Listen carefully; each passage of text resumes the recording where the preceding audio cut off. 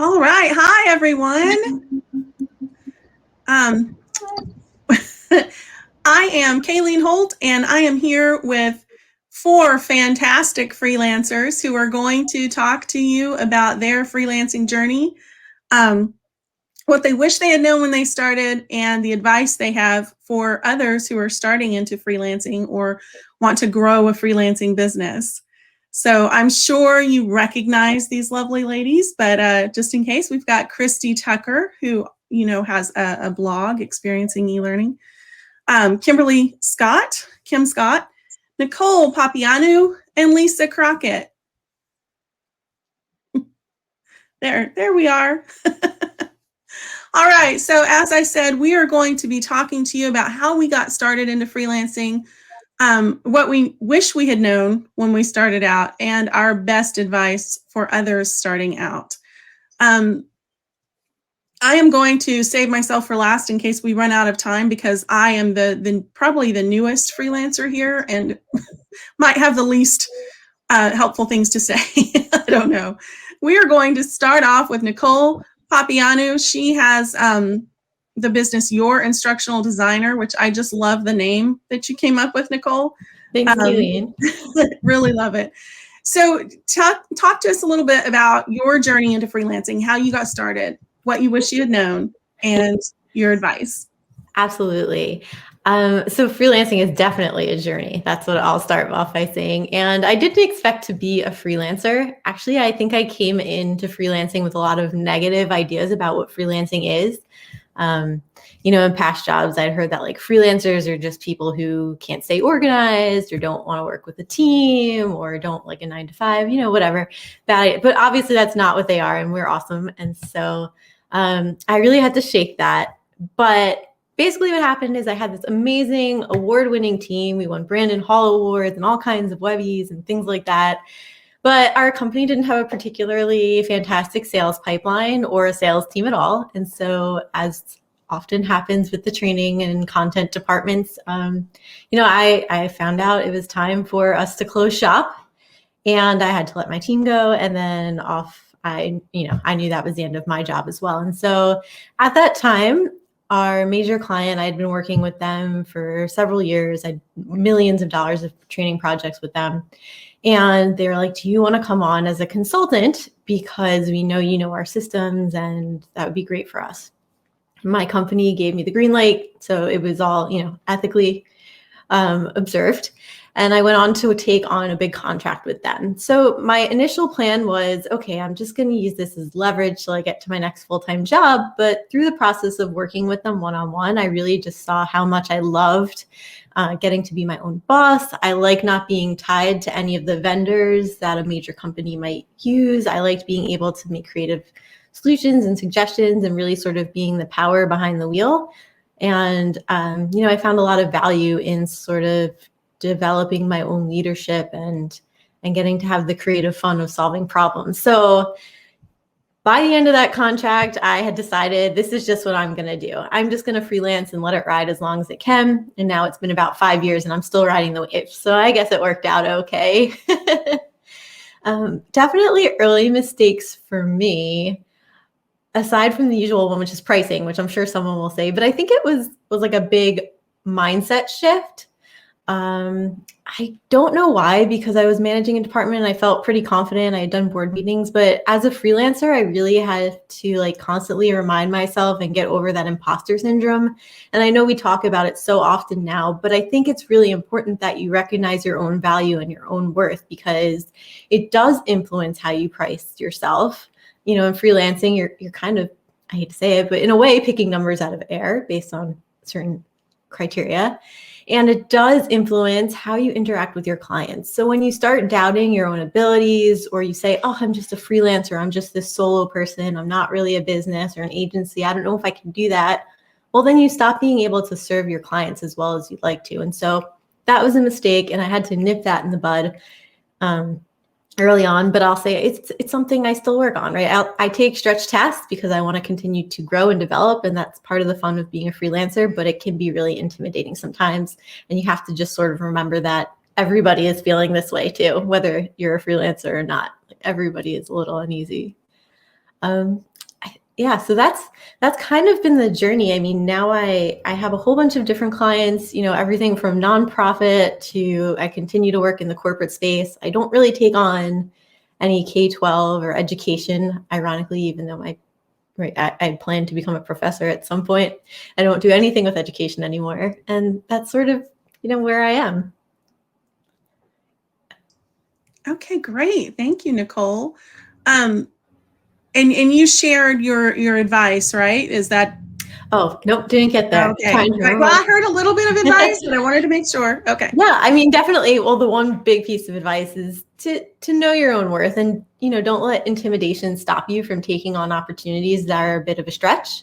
Obviously, if you're like, you know, I've never touched Photoshop a day in my life, and they want a full photo refinish or whatever, you know, you don't take on those kinds of tasks. But stretch tasks are awesome, and they're great ways to grow. And as a freelancer, it's better to take on those stretch tasks because you're essentially getting paid to learn instead of having to sort of pull money out of your own narrow freelancers, you know, income to pay for additional classes and training. So it's kind of a great thing. So I would say that's my big pro tip. You know, take on those stretch tasks where and when you can, and don't be afraid to let your expertise shine because you are an expert, even if you know feel a little unsure about it some days.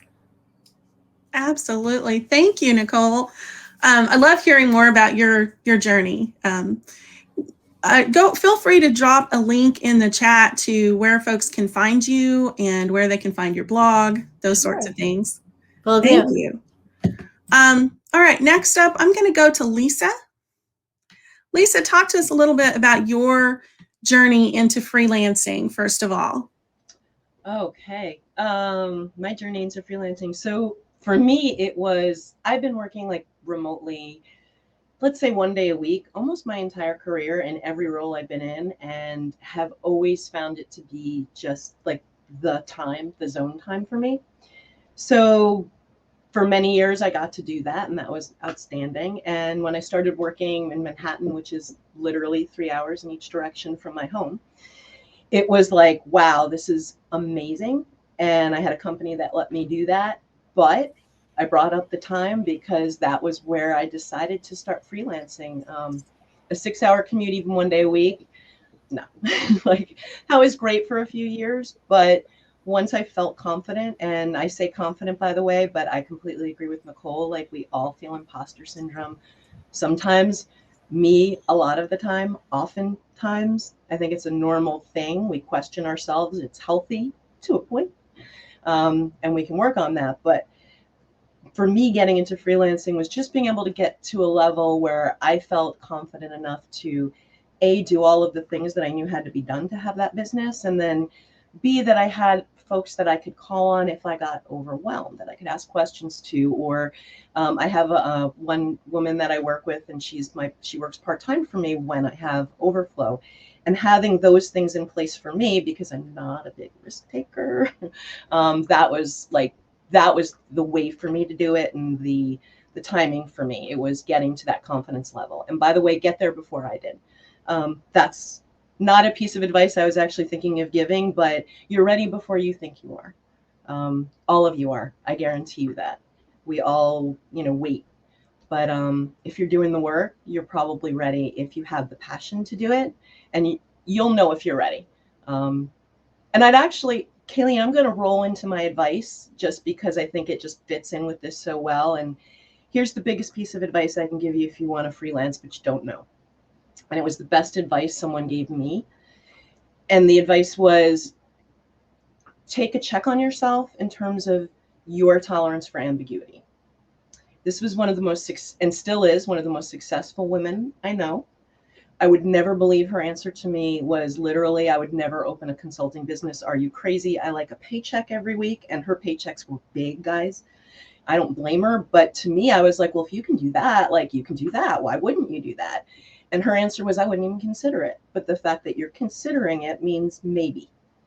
But think about ambiguity, because I'm sure Kayleen will tell you, Nicole will tell you, Christy, Kimberly, anyone on this panel, Luis, like you're busy and you're dead. You're busy and then nothing's happening. You think you're going to shut your business down and someone calls you with a course that's going to keep you busy for the next 6 months. So ambiguity, though, because you'll deal with it all the time. I always look for jobs. I always consider it. Am I going to apply for that job? No, I have enough business to go for the next 3 or 4 months. Okay. Wait, am I going to apply for that job? Normal. But yeah, if you don't tolerate ambiguity, well, don't do it. Please don't. You'll make yourself crazy, because it's easy to make yourself crazy even if you can tolerate it. Absolutely. Yes. I love that advice. Yeah, there is a lot there. There are a lot of ebbs and flows. So yeah, you're right. We're busy, and then all of a sudden nothing. And you can't plan it. No. You can plan. I'm a great planner. Project. You can do all that, but things change in process. Things take longer than they're supposed to for you or for your client, or it's like planning Jell-O. Yeah. So what do you wish you had known when you started out? So a couple weeks ago, I had said, and it still stands, by the way, but I had said to everyone that was on our TLDC that, just don't think that everybody that smiles at you or helps you now and again has got your best interest at heart. Just keep your eyes open inside of organizations. And like I said, I still believe that. But I think the other thing, and actually I'm going to have to, Kayleen, I'm embarrassing. I'm going to go to my notes right now, because I there was something that was more advice. Oh, and it was, so just some practical advice. Get your contract in order. Like, make sure that you've got things covered, and that you can design any way you want. Like, a lot of people charge per interaction and different things like that. I don't do that, because I have no idea at the beginning what I'm going to do until my creative muse tells me what I'm going to do. I'm that kind of designer. I'm really weird, just like Shelly was talking about this morning. But what I do know, like, I do have guardrails, and guardrails for scope creep, and guardrails for SMEs not doing their job. Because sometimes, especially if you're working in a corporate environment, and this isn't a dig on it, it's actually a dig on the way this is set up. As a freelancer, when I'm hired by a corporation, sometimes I just go into it with dread. And sorry, that's the wrong way to say it, but it's more because I know that SME's got a real job, full-time job, and this is extra for them 90% of the time. The best work is done when someone is given time to do it. When, okay, half your job is now this, we're going to offset that.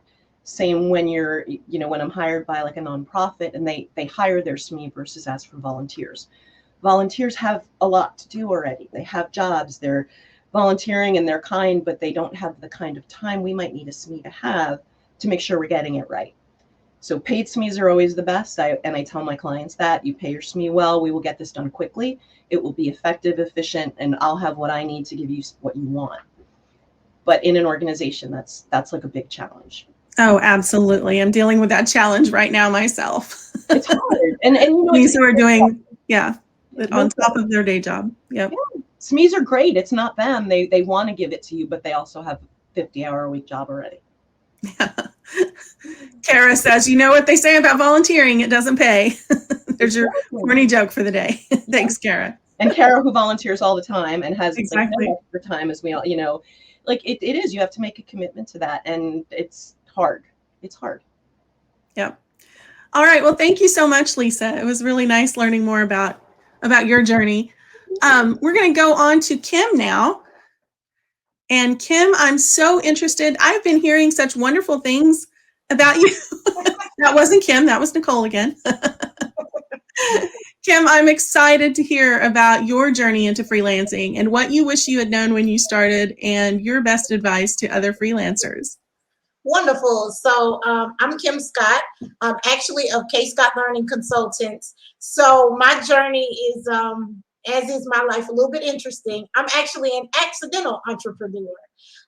So one day I was checking my LinkedIn messages, and I had a LinkedIn message from a lady that says, hey, can I hire you to do some coursework for me? And so I was kind of thinking, am I being punked? I don't know. I'm not connected with this lady. We're not connected. We don't have any mutual connections. I don't know her. Is this spam? It looks legitimate. So I just was very curious. I said, well, let me check it out. It doesn't, hurt. So I responded to her, and she'd actually seen me on a freelancer platform. I'd started a profile, and I just had a draft up there, and I completely forgot it was even there.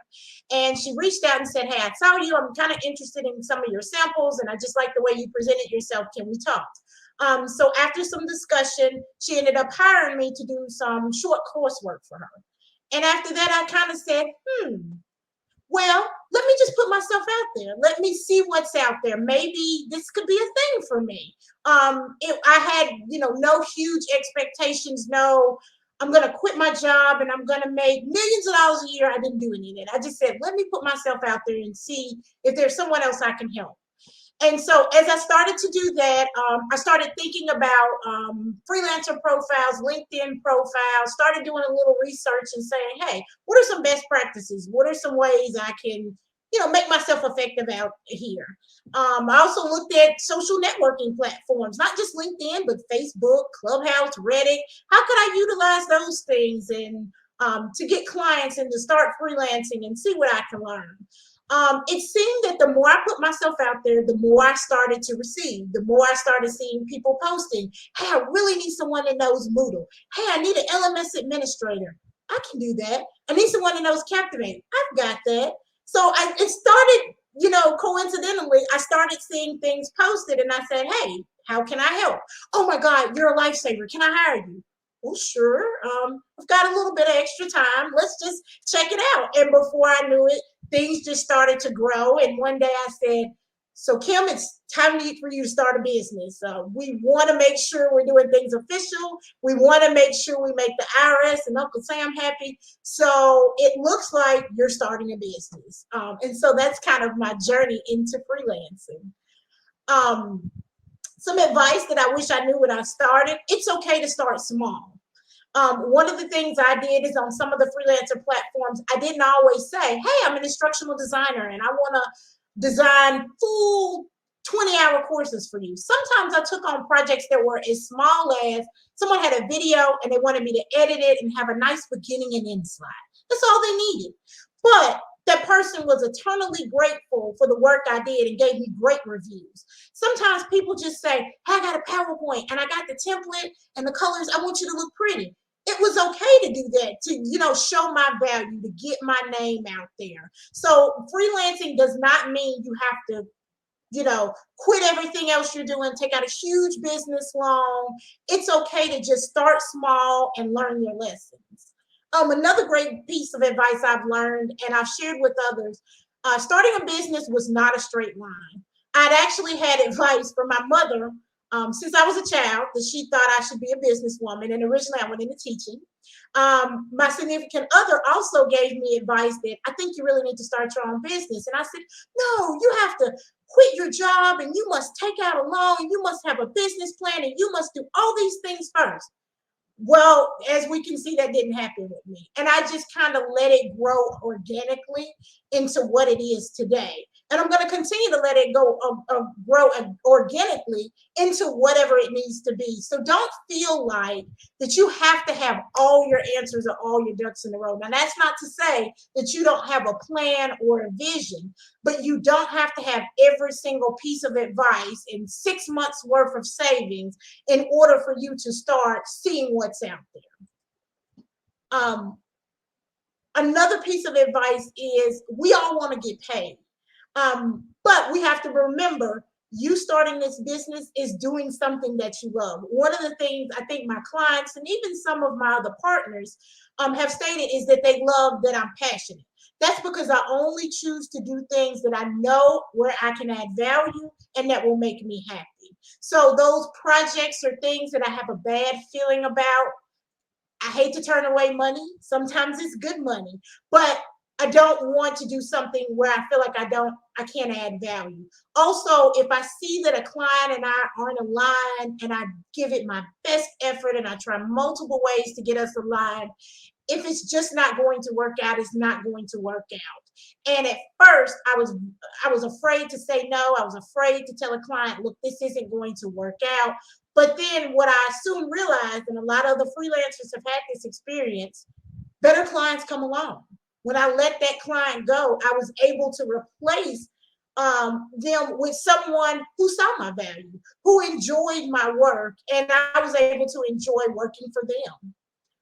Another thing, ask questions and be curious. A lot of people, several of our colleagues on the call have spoke about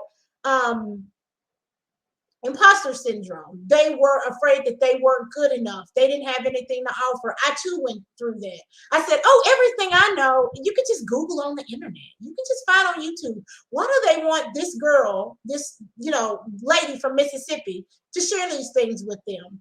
But I had value to add. So feel free to ask questions. Be curious. There's a lot of great people in our field who are willing to answer questions. There are those who are willing to consult with you and lead you to avoid mistakes and do shortcuts. Also, I've kind of touched on this, but freelancing doesn't mean that you have to quit your job and you have to start getting 40-hour or 80-hour week contracts. You can start off small. I spoke with one gentleman, and he said someone reached out to him and asked him to do freelance work. And he said, oh, I just do freelance work once in a while to keep my wine refrigerator filled. So it's okay to start like that. You can start small, just things you do after work or the weekend, ensure that you aren't having any conflict of interest, but it's okay to start small. It's okay to do something here and there and just let it grow. That enables you to kind of start your business slow.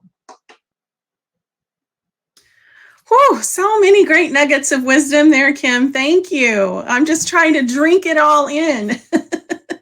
That's amazing. And we've gotten lots of interaction in the chat. We've got a question we'll save for a little bit later. And please feel free to drop your link in there. I forgot to mention that to Lisa, but she dropped her LinkedIn link in there. So just let people know how to contact you. And if you want to put your website in there, that's cool too. Thank you so much.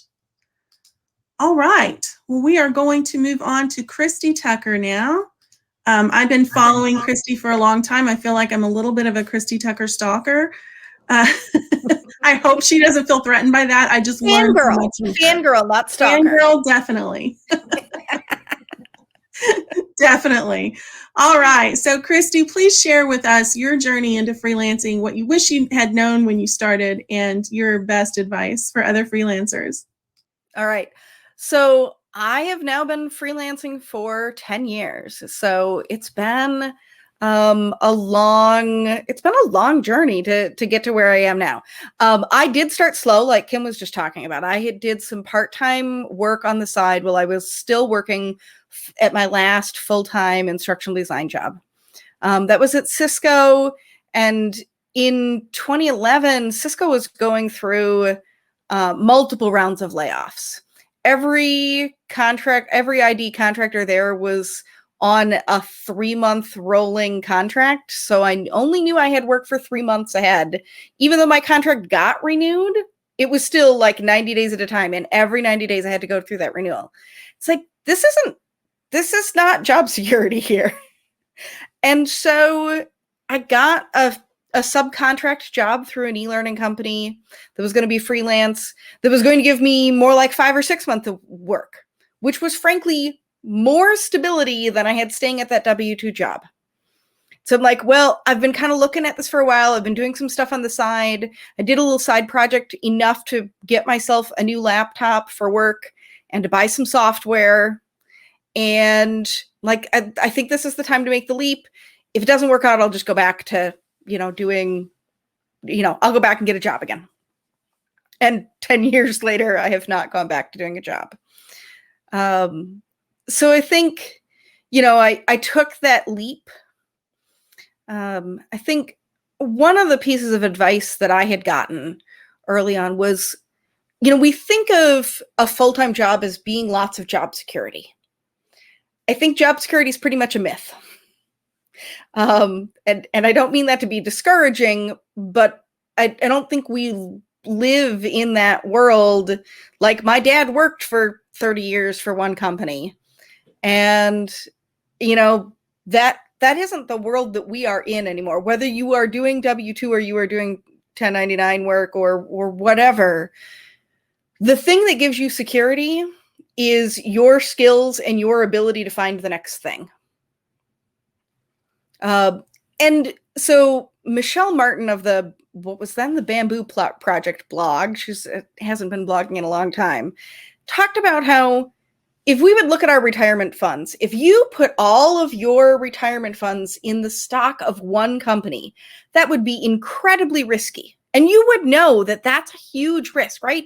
You would never put all your retirement in the funds of one company. And yet, if you are an employee, 100% of your income is coming from one company, and somehow that's not risky. In many respects, freelancing can be less risky than having that one job where all of a sudden the work vanishes and you're out 100% of your income.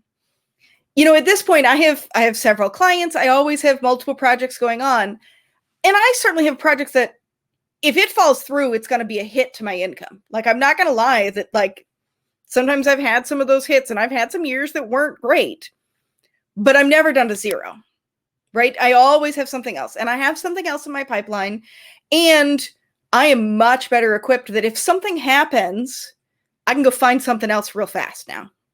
I think the freelancers in this field are great about referring other people. And so when you network with other freelancers, you can say, hey, I'm open for work. Oh, I ended up having availability. Does anybody have something? I just saw a post this morning. Somebody's looking for, I need a 20-hour-a-week thing. Who's got something? I've got a client right now who needs LMS admin work. And I'm like, I don't want to actually do LMS admin work. Kim, come work with my client. So Kim is now working with my client because, right? It's that referral and that network, because we all help each other. And that's the field we're in. It is very easy to get into the scarcity mindset that says that fear that there won't be enough work, that if you leave that safe job, that you won't be able to find enough, or that if you don't take the crappy project that makes your tummy hurt, or like that just doesn't feel right, right? There are those red flag projects, and you think, I should take this because the money looks good, and even though I think it's going to be a nightmare, we should, take this thing. There's that scarcity mindset.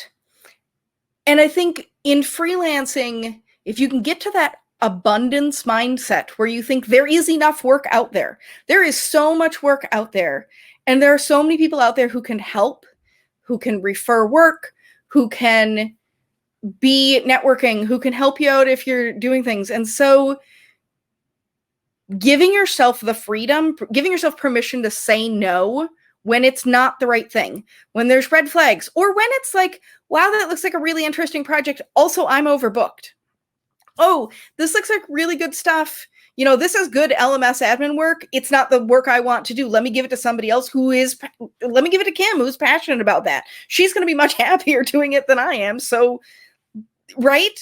And so figuring out the things that make you most fulfilled, and then finding the ways to do that, and trusting that there is enough out there. That is not to say that if you need to pay your mortgage, you take the crappy job and you pay your bills. There is zero shame in taking the crappy PowerPoint conversion job because you got a bill to pay. Okay? Sometimes we all do that. And maybe you take the job and you try to nudge them a little bit to let's have multiple choice questions that don't have terrible, silly answers as distractors. Let's see if we can at least get to better multiple choice questions. Maybe I can nudge you there. We nudge them a little bit. And then maybe the next project, maybe I can nudge them a little further. And that's okay. Sometimes those crappy jobs do lead somewhere else. And that's the abundance mindset. There is that trade-off of, do you take the job that makes you miserable and drains your energy so you don't have enough energy to find the better projects? And that's where you've got to figure out to say no to those. But don't think that this is the, that position of privilege where I can afford to say no to projects. And I can, especially at this point in things. When you're just getting started, maybe you take things that are a stretch and you learn something, and then you figure out, wow, I really didn't like this editing project and I don't want to do that anymore. So that was a good thing to learn. And even the crappy projects, you learn something. So that's also, you know, you take something away from any of these projects, and every single one that I do, I'll learn a little bit something. You know, I get some process improvement, some thing I figured out about myself, some new tool I got to try, you know, talking about the stretch projects and everything. So there is enough if you can make that leap. And if you're a person who's happy doing it, and freelancing also is not for everybody, and that is okay too. That if you try it and wow, you know, this is terrible, and it makes me too stressed, and I'm happier doing a job, that's okay, you know, and you can say no to freelancing too. So that's my story, my advice altogether. All right. Thank you so much, Christy. Learned a lot. So many good tips there. Well, just very quickly, I'll share a little bit about me, and then we'll get into some questions that folks have asked. I started freelancing in 2015, but I didn't stay full-time freelancing for all that time. I got kind of sucked into some W-2 positions because of the way some contracts were written, and one of them kind of ballooned into a full-time job for a few years. So I really only started full-time freelancing about a little over a year ago when I started my company, Scissortail Creative Services. And one of the things that I did when I started that is I found the e-learning freelancers boot camp. I'm just going to give you a little plug there for Christy and Nicole, and also Robin Sargent, who run that boot camp. And it's been really, really helpful for me. It's so nice to be able to ask these ladies who've been doing this for a while questions when I need to, and get their one-on-one advice. That's super helpful. I'm still learning. I went into it mainly because I needed more accommodations for my disabilities, and I needed to be able to manage my schedule and my workload better. And now that I've gone full-time into freelancing, I'm not going back to W-2. I mean, you can promise me lots of things. You're not going to suck me back into that world again, because I really enjoy having this kind of freedom and flexibility. And I enjoy being able to choose the clients that I feel like I can help the most, just like what Kim was saying, you know, where I can bring value. What Christy is saying is, you know, that was really refreshing when I got into their boot camp and heard them talk about, you know, going after kinds of projects you want to do, and you don't necessarily have to do all these other ones that you don't like that, or you don't have the skill set for, maybe. Being able to choose a little bit more of that is really helpful. One of the things I wish I had done better when I started is getting those contracts in line, like what Lisa was saying, getting your guardrails in place for scope creep in particular, and what happens when SMEs don't do what they're supposed to do, all of those things. For my years of project management, I should have known better, but I didn't have good contract language in a big contract that I got when I first started out, and it's still biting me in the butt right now. So just saying, it may be helpful to get some help on contract language, maybe hire a lawyer, make sure that you are protected for things that might go wrong. All right, so some questions we have from our audience. Stephanie Diggins has asked, I have that bad feeling about an ID internship I'm currently doing. They want me to take a leadership position, but I'm torn because I think it will look good on my resume. Any advice? And let's see, I'm trying to remember who was speaking when she posted that. I think it was Kim. So I'm going to turn that question over to Kim for a minute. First of all. Sure. First of all, go with your gut. If there is reason for you to feel uncomfortable, because of course we don't know your situation, turn it down. Because you don't want to be in a situation where you feel bad. One of the times I had to let go of a client, I started to know after a few weeks it wasn't going to work. But the type of person I am, and maybe this is part of my imposter syndrome, I kind of said, hey, maybe it's me.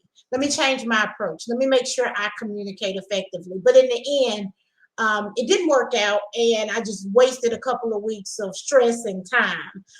So go with your gut. If you have reason to believe this isn't a good opportunity, shy away from it. However, communicate. Talk to the individuals that are in charge and see if you can talk through some of your apprehension. It may be just a misunderstanding. It may be a difference of language. So you may be able to, resolve the issue and see where it's going. Also, make sure that you advocate for yourself. Don't be afraid in any instance of sticking up for yourself and saying, hey, this is a great opportunity. However, I would like X, Y, and Z. I think to be most efficient, this is what I need to happen. And just advocate for yourself. And if you have to walk away, it's okay. That may mean something better is coming down the pipeline. Great. Thank you so much, Kim. All right, we have another question in the Q&A section that says, if you're new to freelancing, how can you get your name out there to let all of you that you are available, to let all of you know, I guess, that you're available? You were talking earlier about how freelancers reach out to other folks to plug them in. So I'm going to ask Christy to take this question. That was one thing I needed to know is where there are so many communities out there.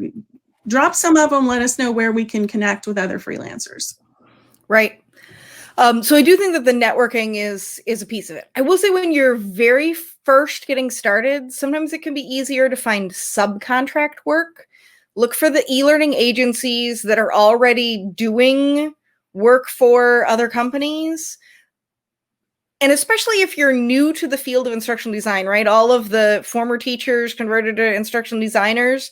It can be really helpful to be part of a team where they've already got processes in place. So you can learn the processes at the same time as you're getting some of that experience. In terms of networking with people, there's certainly a number of communities. There's certainly places on LinkedIn. One of the groups for me is the Online Network of Independent Learning Professionals. If you're interested in that, that's a free group. Send me an email or a message on the contact form on my blog, and I'll get you an invite to that. We have a Slack group and twice monthly Zoom calls. That one's a good community. Nicole runs a Facebook group, a free one for freelance instructional designers, and that's one place that work gets posted. The e-learning freelancer bootcamp that Kayleen mentioned that Nicole and I run, we have a private Facebook group, but we post work there.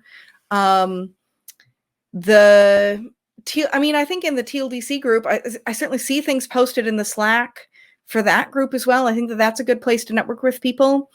And LinkedIn is a huge thing. Make sure your LinkedIn profile is up to date. Groups used to be the place where a lot of these discussions were happening, but I think it's on people's feeds more often. Even if you aren't posting new content yourself, commenting on other people's stuff, sharing other people's stuff, curation of resources is a really valuable skill. And if you have a bit of imposter syndrome and you're not sure that you have enough to write and contribute yourself, curate resources and say, look, here's, useful articles that I've found.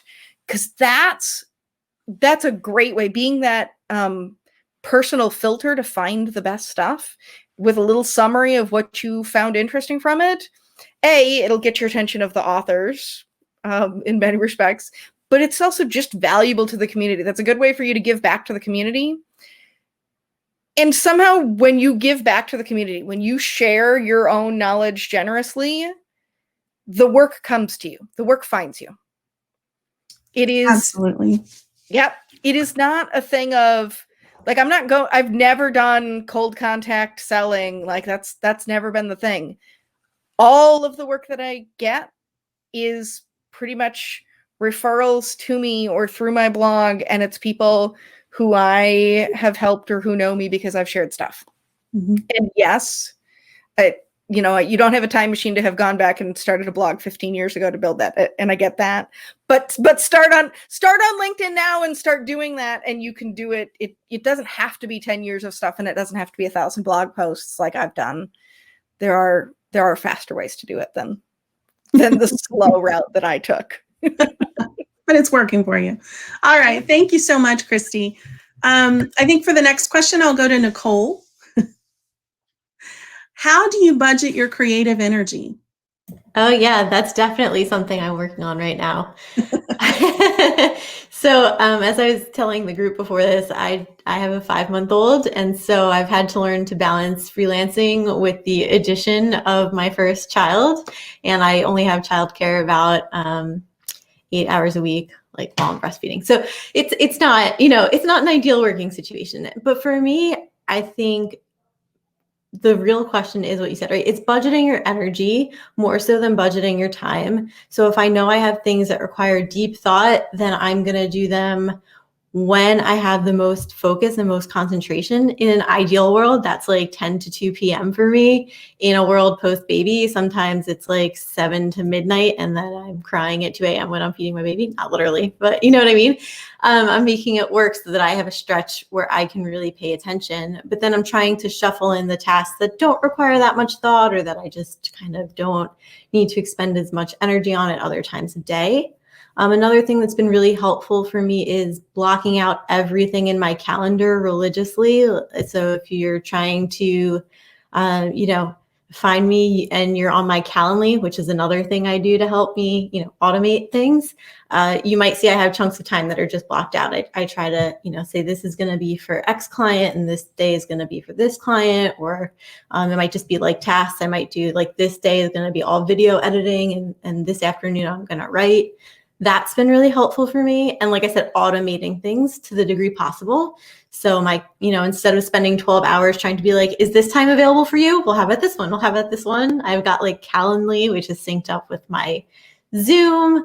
I've got ClickUp now. So, I have all of the freelancers that I work with on projects for your instructional designer. We all live in ClickUp. So we've kind of moved away from email to the degree possible. I mean, systems are really important, I think, to helping you budget your energy. It's not just like how many hours can I fill well, but how can I take away some of the need to expend hours on things that don't require my instructional design expertise. And then the last one, right? So there's a lot going on as a freelancer, but you do need to budget your time between working in your business and on your business. And I'll say Christy always talks about this, so she's a great one to talk to as well. But I have to market my business if I want to continue having a pipeline of leads for when I'm a little slower. I have to continue learning and developing my skill set if I want to be valuable to my clients. And so I really try to set some time aside that I won't, pretend like sometimes you have to say, all right, this week it's crazy deadline, I have to skip it. But like you really have to keep those promises to yourself, or you will never work on your business and you will always work in your business. You will always just be pushing out courses or consulting clients. You won't be spending the time to make, your ecosystem what you want it to be. So make sure you budget some time for yourself. And then, on those days when everything really is crazy, you also have that little gap, that emergency gap, an hour a day or 20% of your week, whatever you want to do. Mm-hmm. Thank you, Nicole. That's one I'm struggling with myself. All right. So Lisa, I know we're running short on time, but I'm going to ask Lisa, about how many years or of experience you think is required to be a freelance instructional designer?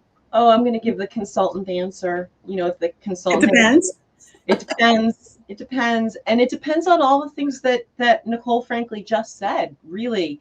And some of the things we've all said throughout the session, like your tolerance for ambiguity, what you're ready to do, but also what your skill set is. So let's say you're coming straight out of a master's program. What have you done in that master's program? You need to have some skills behind you in terms of what you're going to market. So making sure you can do the things.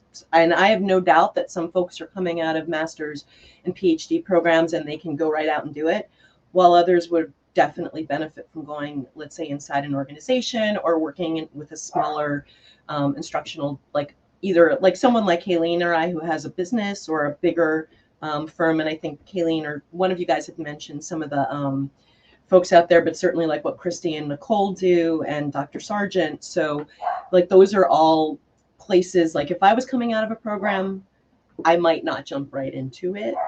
I just hate to say that nobody should, because I don't think there's a time frame. You'll know when you're ready. But if I wanted to freelance, I would go the route at this point in my life of going into one of those organizations and learning about all the things that I don't know yet, because honestly, my corporate experience is what gave me the understanding of, you know, the ROI and how to build a business and the entrepreneurial part that I wouldn't have had. And also the opportunity, and we've said it a couple different ways, like to learn while you're doing it.